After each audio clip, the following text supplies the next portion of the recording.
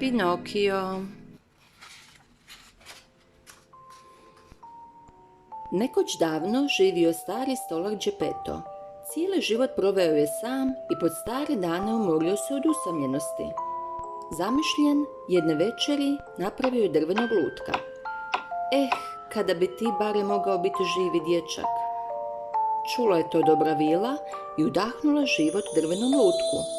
Geppetto je bio presretan i drvenom dječaku dao je ime Pinokio. Prolazile su godine i došlo je vrijeme da Pinokio krene u školu. Geppetto ga je upozorio da se kloni neznanaca. Čim je izašao na ulicu, Pinokiju su prišli lisac i mačak, te ga nagovorili da umjesto u školu pođe s njima u cirkus.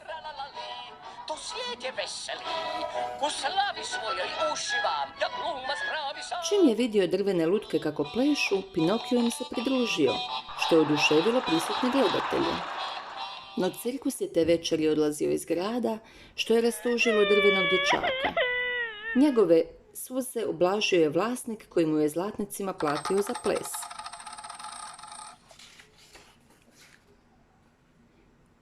Pinokio je bio ponosan te je krenuo kući odnijeti zlatnike siromašnom Geppettu.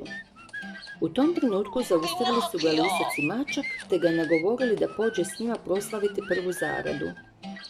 Naivni Pinokio je pristao. Lisac i mačak na prijevaru su ga odveli izvan grada, ukrali mu zlatnike te nesretnog dječaka vezali i ostavili visiti na grani. Jadan ja, zašto nisam poslušao Geppetta? Zašto sam slušao neznance? Plakao je Pinokio. Njegovo zapomaganje čula je dobra vila te ga spasila. Pinokio joj je morao obećati da će sutra ići ravno u školu. Pinokiju u školi bilo lijepo, ali nestašna djeca koje se nije učilo uspjeli su ga nagovoriti da s njima pobjegne u zemlju čuda i zabave. Pinokio je uživao, po cijele se dane samo igrao i nije imao nikakvih briga.